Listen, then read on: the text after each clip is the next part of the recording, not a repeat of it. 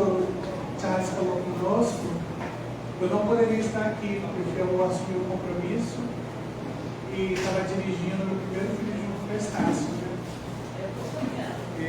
E a gente tem que entregar até dia 30 de outubro, então eu adiei, falei, nós vamos estar lá, porque para mim é uma honra, porque vocês foram muitas vezes abrigo, foram braço, foram mãos. Muitas das vezes eu falava, eu não tenho passagem. E vocês abençoavam a minha vida. E confiavam quando diziam assim, não confia. Vocês me davam a chave da igreja. Então, se hoje eu estou aqui, apesar de ter aceitado Jesus há 12 anos, mas naquele momento foram vocês que foram anunciados no meu exemplo. Glória a Deus! Então, a minha alegria de estar aqui é muito grande. Hoje a gente já dava uma da tarde e falava, será que agora a gente se arruma? A gente queria estar aqui. Porque pra gente era muito importante, né? E eu orei assim, eu falei, Deus, como é que eu vou trazer uma palavra no meio de um culto que também é um casamento e que também é espiritual? E aí o Senhor falou, meu coração, nada, igreja, nada, do que nós vivemos deixou de ser referência no mundo espiritual. Aleluia! A partir do dia que você entrou por essa porta, a tua vida se tornou um motivo no céu. Então tudo que você fizer, você vai ser no teu coração, tem um propósito em Deus. Amém. Dirige o teu caminho, Senhor. Por isso que você fala, confia nele. E mais ele fala. Então hoje a gente vai falar um pouquinho, por isso temos 15 minutos, né? Sobre o grande mistério que é Cristo e a igreja. Então abra comigo, por favor, no livro de Efésios 5, versículo 25. Efésios 5, 25.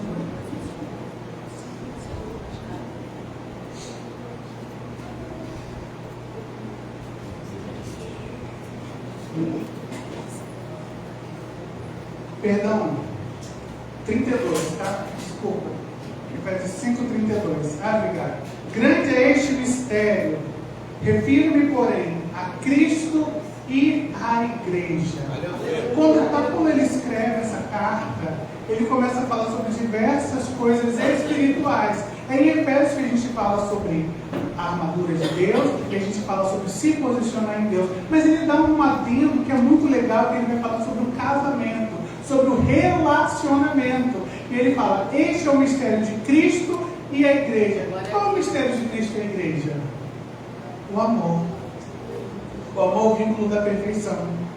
E nele não há falha, nele não há erro. Mas para muitos, só Jesus é amor. Deus seria fogo consumidor.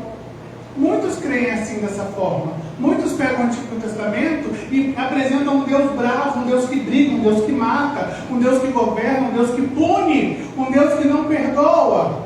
E aí pega o Novo Testamento e fala, não, agora Deus aceitou Jesus, porque ele ficou bonzinho, porque agora ele ama, agora ele perdoa, agora ele recebe, agora ele perdoa os nossos pecados. Mas eu quero te levar para o livro de Ágia, que é Gênesis. E eu quero te mostrar que Deus lá no começo, ele mostrava o seu grande amor para conosco. Antes da gente poder chegar lá, vem comigo, a gente vai ler bastante Hebreus 12. Vem comigo em Hebreus 12. Aleluia. Para a gente falar justamente sobre isso. No livro de Hebreus 12, lá no final, no versículo 29, está escrito assim, ó, na parte 29 diz, pois o nosso Deus é um fogo consumidor. Em Hebreus, Paulo apresenta Deus como um fogo consumidor. Mas se você for no livro de João, João vai nos apresentar que Deus é amor. Aí, tem muito crente que diz assim, Deus é amor, mas é fogo consumidor. Tira isso do teu vocabulário, meu irmão. Porque quando Paulo apresenta que o fogo consumidor, ele está falando sobre disciplina. Sobre como nós devemos nos portar diante de algumas coisas. E disciplina é sobre amor também. Qual é a mãe que meu filho enfia o dedo na tomada e vai falar, fica à vontade? Não, ela vai discipliná-lo. Ou ela vai tampar, ou ela vai falar, não mexe aí. Não é assim? Então porque muito esse jeito mais carinhoso. É correção, é disciplina. E aí Paulo diz, olha, quando você for disciplinado por Deus, ame. Porque tem lugares e tem pessoas que a disciplina não chega. Então a gente vai lá em Gênesis ver uma pessoa que perdeu a disciplina. Gênesis 4, eu estou bem correndo, mas a palavra vai encher do coração. Irmãos, você crê? Amém. Gênesis 4, a gente tem uma história que é um pouco triste. E que muitas vezes eu perguntei a Deus, falei, Deus, por que o Senhor deixou aquele menino morrer? E por que o Senhor não fez nada com o outro que matou? Porque a gente tem uma coisa de justiça, né? Se faz alguma coisa, a gente quer fazer, a gente quer resolver, a gente quer ir lá botar a mão.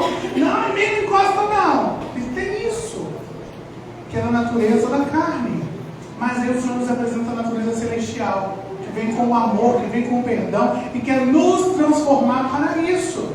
E aí quando a gente vê essa primeira história de Caim e Abel, Gênesis 4, versículo 4, diz assim, Abel também trouxe as primeiras crias do seu rebanho como partes gordas. O Senhor olhou com agrado para Abel e a sua oferta, mas para Caim a oferta deste, mas não para Caim a oferta deste. Por isso a ira de Caim se acendeu, seu semblante desfaleceu. Preste atenção numa coisa aqui.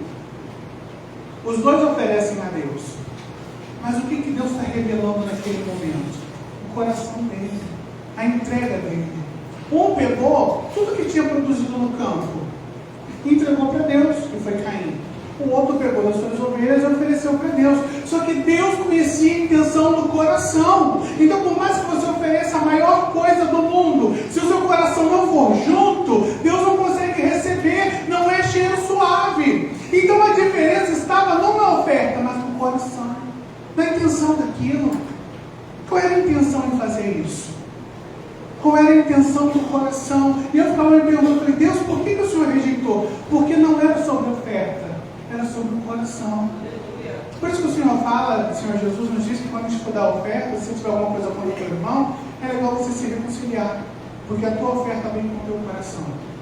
Por isso que a oferta é tão importante, porque ela te liga a lugares espirituais. Pastor, isso é verdade? É. Mais à frente você vai ver aonde Caim foi desligado por causa de uma oferta mal dada. Ele foi desligado aonde ele mais precisava estar. Caim era o quê? Lavrador. E ele cultivava aqueles alimentos. E ele levou para Deus aqueles alimentos. E Deus o rejeitou. Mas ele fez uma coisa, que ele levou todos os alimentos que ele produziu, ele levou para Deus. Sabe uma coisa que eu vejo?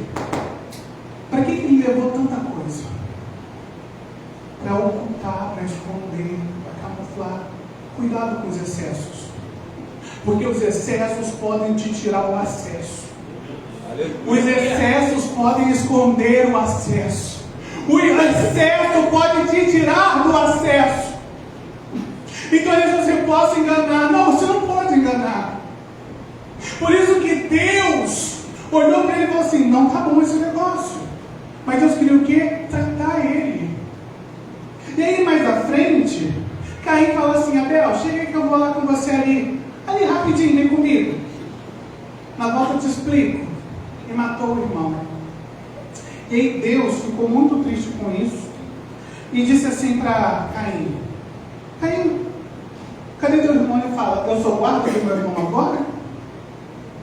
E aí o Senhor fala para ele, o sangue do teu irmão está clamando da terra. O sangue do teu irmão está clamando da terra. Por isso agora você está amaldiçoado na terra. Ele era lavrador, a boca ligada aonde? Na terra. Ele foi amaldiçoado na terra, porque foi na terra que ele se sujou. Preste atenção nisso. Às vezes você tem um ministério lindo, algo tão bom com Deus, algo que te leva a comunhão com Ele. Cuidado, porque é aí onde o inimigo quer te tirar. Porque ele sabe que se te desliga daí, você não é mais a mesma pessoa. E deixa eu te falar uma coisa, talvez você pense em voltar. E voltar não é tão fácil como está. naquele lugar. Por isso que a Bíblia fala que você deve vigiar para que ninguém tire a sua coroa. Por isso permaneça no lugar que você está, porque a volta não vai ser tão fácil. Aleluia. Então aí você tem que se transparecer. Nossa, eu estou ótimo, eu estou maravilhoso. Só que você não está maravilhoso, porque voltar para esse lugar é difícil. Voltar para o lugar onde você estava é difícil. Mas não é impossível. Porque eu creio que a Geu nos diz que a glória da segunda casa é maior do que a primeira. E a Bíblia fala que Deus rejeita os soberbos, mas Ele acolhe os humildes. Então, se você se humilhar e buscar a Deus, o Senhor vai fazer. Então, eu olhando Caim, depois que faz isso, eu falo assim: Deus, mata ele. Mata. Aí Deus amaldiçoou, fala: tá bom, já amaldiçoou, mas mata alguma coisa, né? Se fosse algumas pessoas, já estaria com a plaquinha lá no Globo, como é que é o nome? RJTV gritando: justiça, justiça. Que trocando, nas outras palavras, é vingança. Vingança. É uma justiça disfarçada de vingança. Mas Deus não faz como a gente. Glória a Deus por isso. Ele olha para Caim e fala assim: eu vou te ferir. Aí você fala assim: fere mesmo, Deus, fere de morte, porque mexeu com teu ungido. Nós não fazem isso, né? Mexeu com teu ungido, mata, fere, joga no chão. Sabia, mexeu comigo. Não, querido, Deus não compactou com essas coisas, não, amado. Isso é feitiçaria, é outra coisa. Então, Deus fala que vai ferir ele. É verdade, Jesus. E você se pergunta: por que Deus feriu Caim? Porque Caim estava com tanta vergonha, com tanta dor, com sabe, aquela dificuldade que ele tinha passado, que ele falou: vou fugir de Deus, eu vou fugir pela terra, eu vou fugir errante, eu vou me esconder da tua presença. Muitas das vezes, quando a gente, pelo menos isso aconteceu comigo, quando eu me descobri diferente, apesar de sempre ver que eu era diferente, mas fingia que não era diferente, eu não me achava pertencente a Deus. E aí eu fugia. Mas não podia ver um glória a Deus, porque eu estava lá no meio. Viu uma vigília, entrava. Mas eu falava assim: não, Deus, tira, repreende esse demônio.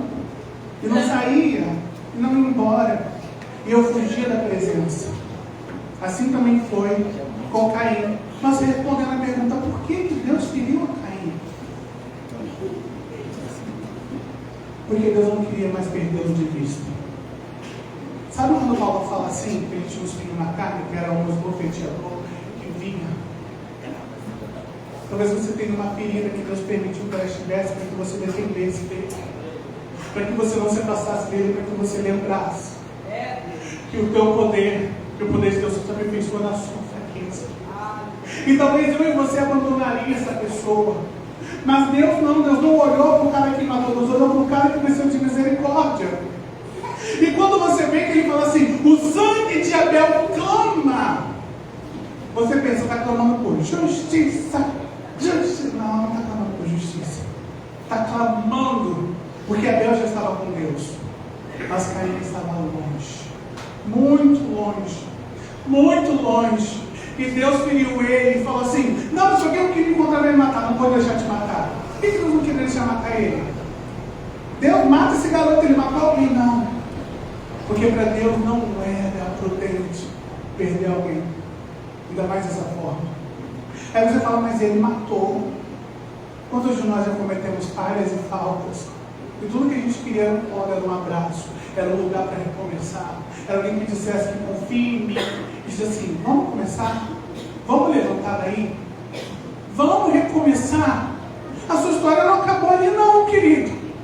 Eu vi como te feriu, eu vi como te machucou, mas esses traumas te perseguem e nos perseguem. Por isso que na nossa caminhada tem coisas que nos machucam, mas são os nossos traumas que vêm nos acompanhando. A gente precisa se libertar deles em quem? Em Jesus.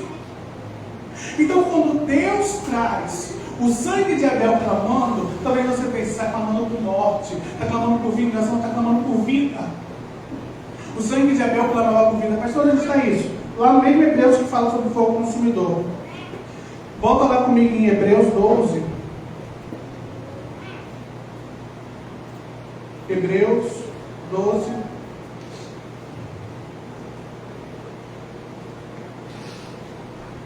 Olha só aqui, ó. Vou começar pelo 15, Hebreus 12, 15. Tomem cuidado para que ninguém se afaste da graça de Deus, para que nenhuma raiz de amargura, ao brotar, cause perturbação e contamine a muitos. É muito difícil quando você passa por algo que te machuca, que te fere.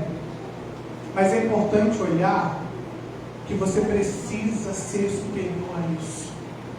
Quando o pastor Joey me perguntou sobre a palavra, eu falei que relacionamento é um processo de adoração.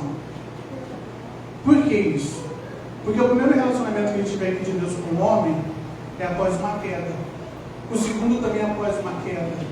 Ou seja, Deus, mesmo sabendo das nossas quedas, das nossas fraquezas, Ele apostou em nós, Ele insistiu em nós, Ele nos amou e esperou de nós o melhor. E por isso que, como eu abri lá em Efésios, no 32, que diz que esse é o mistério de Cristo e a igreja, porque ele vai dizer mais à frente, mais acima, que o marido deve amar a esposa como Cristo amou a igreja. Como ele amou a igreja? Se sacrificando, se doando. O primeiro culto e o maior culto, infelizmente não foi na Icona, não foi nessas outras tradicionais, não foi também na nossa. O maior culto que gerou mais almas foi na cruz do Calvário, onde de uma vez só Ele nos deu vida e vida com abundância, e ganhou as nossas almas, e tomou as chaves do inferno da morte, e nos resgatou do império das trevas, e nos fez filho, e filho por adoção. Aleluia. Então, olha só que tremendo. Deixa eu ver se eu achei aqui, ó. Vamos lá em Hebreus 12, continua aí. Ele vai falar no versículo 24, ele diz assim, ó, Hebreus 12, 24. A Jesus, o mediador de uma nova aliança, e o sangue aspergido, que fala melhor do que o sangue de Abel. Porque o sangue de Abel clamava por um, mas o sangue de Jesus clama por todos nós. O sangue de Jesus clama pela tua vida, clama. Você quer clamar? É um grito que chama o teu nome, diz: é você. Eu quero você, não importa o que você fez, não importa o que aconteceu, eu quero você. Porque a sua vida vai transformar a vida de muitos. Eu lembro um pouco da pastora quando começou. Eu lembro um pouco da pastora Bel também. E quem diria que depois de 30 anos viria aqui? E quantas coisas foram abandonadas? Quantas coisas até ditas impossíveis? Porque Deus também te deu sabedoria, pastora Bel. Inteligência, todo mundo pode ter. Sabedoria é algo que vem do céu. E eu vi muita sabedoria na pastora Bel, mesmo ali na quietude dela. E quando ela falou hoje que ela propensou e pensou em primeiro lugar a pastora Lúcia, isso fala muito desse amor sacrificial. Eu quero ver você bem, que eu esteja bem. E quando Cristo olha para a igreja, ele pensa dessa forma. E não ao contrário. Por que não ao contrário? Porque muitas das vezes, se a igreja demonstrasse o carinho e o afeto por Jesus, não seria nem equiparado. Mas voltando a esse sangue que ele fala que foi aspergido, que clama mais do que o sangue de Abel, é porque ele agora nos resgatou e nos trouxe todos nós para esse lugar. Mas que lugar é esse? É o lugar da adoração, é o lugar da entrega, é o lugar de estar com ele. Mas com todas as minhas feridas, sim, com todas as suas feridas, com todas as suas dores, com todas as suas dúvidas, é estar com ele. Estou com dúvida, mas estou com ele. Eu estou triste, mas eu estou com ele. Eu estou ferido, mas eu estou com ele. Eu estou sofrendo, mas estou com ele. Porque é nele que eu tenho a minha salvação. Então, quando eu olho para Cristo, eu falo: esse é o caminho. Quando eu falo do caminho, é essa pessoa que eu quero ser. E por isso que ele se apresenta a nós como amor. Descoaja. Ele se apresenta a nós como amor. E o que eu faço? Apenas se entrega. Mas pastora, olha, essa semana eu passei por algo tão difícil. Se entrega. Todo relacionamento passa por coisas difíceis, não é verdade? Mas sabe por que isso é importante para nós? Porque só isso é adoração. Para alguns, a zona de adoração é cantar com a melhor voz, fazer eles subir e descer. Então, isso aí é profissionalismo, isso aí é dedicação, isso é estudo. Adoração, preste atenção nisso.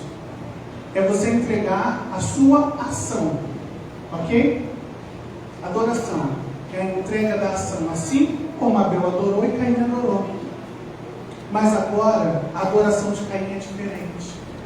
Por que é diferente? Porque ele sofreu. E só quem sofreu sabe o quanto é difícil ficar na presença de Deus. É verdade. Porque aquelas coisas voltam, aquelas coisas vêm. Talvez deve ter sido muito difícil no começo, né, pastor? Mas hoje olhando e falo assim, meu Deus, olha como eu estou aqui, olha quanta coisa eu passei. E talvez quem olha para você não sabe o que você já passou, o que você já sofreu. Mas entenda que a adoração tem ação, mas tem dor. Adoração tem dor no meio. Tanto adorar quanto adoração tem dor no meio. Se você tira a dor, não é adoração. E aí, a gente não tem o final da história de Caim. Por que a gente não tem a história do final de Caim? Mas eu prefiro acreditar que aquele homem, ele conseguiu parar de fugir da presença de Deus. E que em determinado momento, ele teve um encontro. Ao ponto de entender o quanto Deus o amava. Ao ponto de mudar a história dele. E ao ponto de entender que por mais que ele tivesse feito tudo aquilo, o Senhor o amava. Não como o homem ama, mas como Deus. E por isso, eu volto para a gente poder encerrar, onde a gente abriu em Efésios 5, e agora não mais o 32, aleluia, mas o 25, agora sim, 15, 25, diz assim: maridos, cada um de vocês deve amar a sua esposa, assim como Cristo amou a igreja e se entregou por ela. Essa entrega de Cristo pela igreja não é sobre um protocolo. Hebreus 5, 25. Não é sobre um protocolo. Efésios, está certo. Que fala sobre o marido amar a esposa, como Cristo amou a igreja. Eu sempre falo isso para o meu marido. Eu preciso amar a esposa como Cristo amou a igreja. A gente estava conversando com um irmão que foi na nossa porta para falar que a mulher não deveria falar. E eu falo bastante.